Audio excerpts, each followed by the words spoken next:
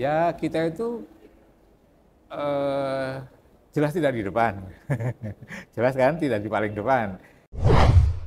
Sekarang juga pada posisi yang demikianlah ya.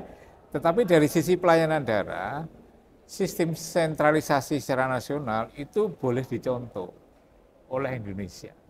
Tapi Di PDTDI, Dr. Teguh ini aset yang sangat penting karena beliau kecuali Kaprodi PPDS Patologi Klinik di Universitas Gadjah Mada juga merangkap sebagai Kepala UTDRS di Sarjito. Beliau ini aktif di forum-forum internasional.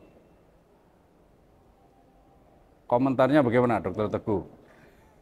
Positioning pelayanan transfusi di Indonesia ya di global bagaimana dan tantangan ke depan bagaimana ini supaya kita juga segera ya mengambil posisi yang lebih baik.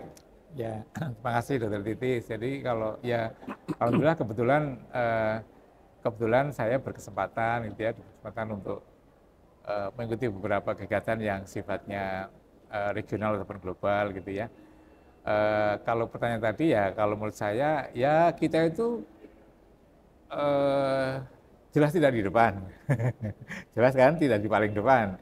Tetapi belakang diri juga tidak juga sebenarnya. Sudah menurut saya sudah lumayan lah. Lumayan ya. Lumayan. Dari Dan sisi selalu ada perkembangan, progres ya. selalu ada progres. Jadi dari sisi perkembangan termasuk ini saya cerita kemarin di tanggal 3 kemarin kami kan ada kesempatan pertemuan beberapa negara di Asia Tenggara, dan di sana presentasi dari masing-masing negara. Jadi saya melihat, oh ya, negara-negara yang sudah maju memang sudah maju, tetapi negara-negara yang di bawah belakang kita juga tetap masih ada. Nah, tetapi poinnya Pak Titis, saya ingin menceritakan tentang Sri Lanka. Sri Lanka. Itu kan negara kecil. Kita sekian kali lipat dibanding Sri Lanka. Ya. Dan kemarin ada kabar katanya salah satu negara yang mau bangkrut. Betul, mau bangkrut. Sekarang juga pada posisi yang demikianlah ya. Tetapi dari sisi pelayanan daerah, sistem sentralisasi secara nasional itu boleh dicontoh oleh Indonesia. Tapi catatan saya adalah kita nggak bisa mencontoh Sri Lanka secara utuh. Kenapa? Karena dari sisi negara dia hanya satu lokasi, satu pulau begitu, satu area yang tidak terpisah-pisah. Sementara Indonesia itu kan kita tahu pulaunya banyak sekali, tersebar luas, sehingga aspek kepemerataan atau aspek variasi layanan itu di kita akan bisa banyak. Di Jogja, di Jakarta, di Solo, di Surabaya itu mungkin sudah levelnya sekian, tetapi teman-teman yang ada di Maluku belum sampai.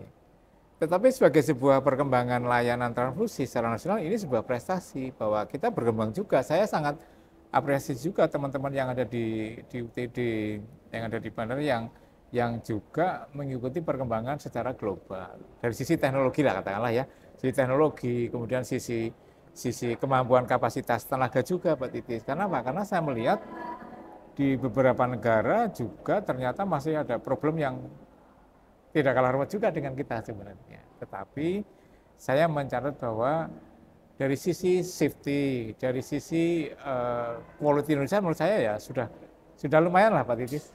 Tetapi mungkin yang perlu kita perhatikan adalah penyebaran tingkat jaminan safety, jaminan quality ini di Indonesia. Pemerataannya yang mungkin harus betul-betul dipertimbangkan oleh siapa ya, oleh stakeholder semua yang menjalankan program pelayanan daerah secara nasional, karena ya kita wilayah yang besar. Jadi kalau apa yang ada di Solo Raya katakanlah dengan apa yang ada di Maluku atau di Papua mungkin jauh banget bedanya. Ini yang perlu kita menjadi semangat untuk berkembang. Tapi bukan berarti nanti harus pembangunan hanya ke sana, tidak. Yang sudah ini juga harus tetap disupport untuk bisa berkembang, tetap mengikuti apa yang sudah ada secara global. Itu Pak Titis kalau pendapat saya. Oke, kalau penjenengan aktif di forum-forum internasional begitu ya, ada enggak belakangan eh, eh, teknologi baru atau penemuan baru,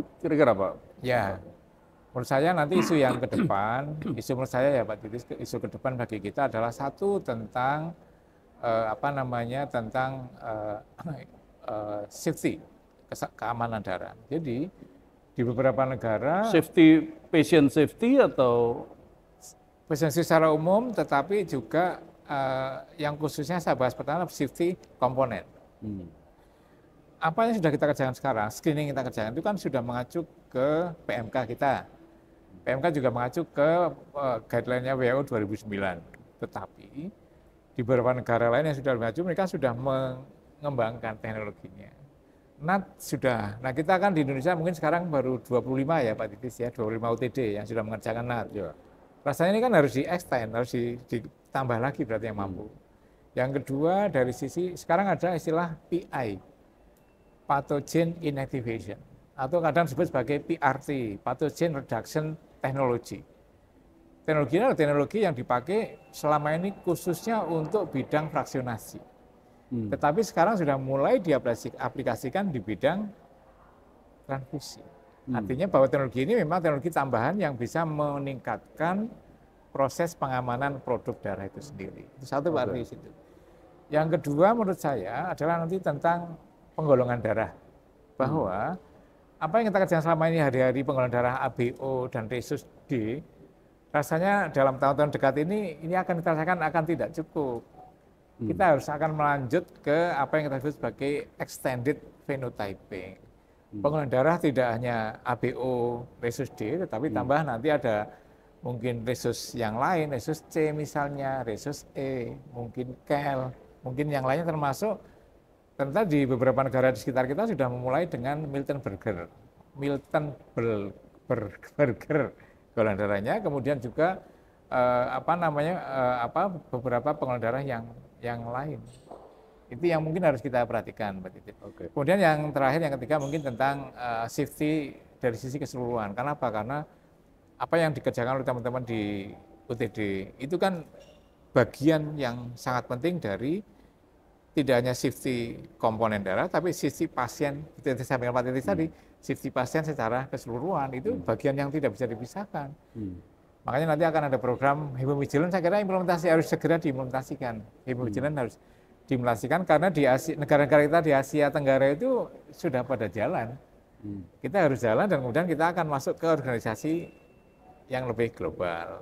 Kita juga bagian dari global. Saya kira itu Pak Titis. Oke, pertanyaan terakhir. Ya.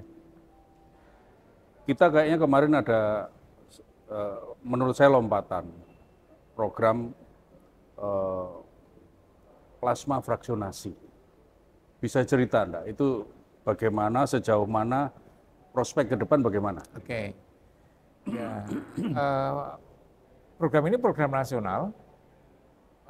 Pemerintah sudah membuat komitmen, sudah membuat keputusannya, membuat KMK-nya, sudah memutuskan perusahaan yang akan terlibat, sudah memutuskan timeline-nya, dan juga sudah menunjuk katakanlah fraksionator yang akan terlibat.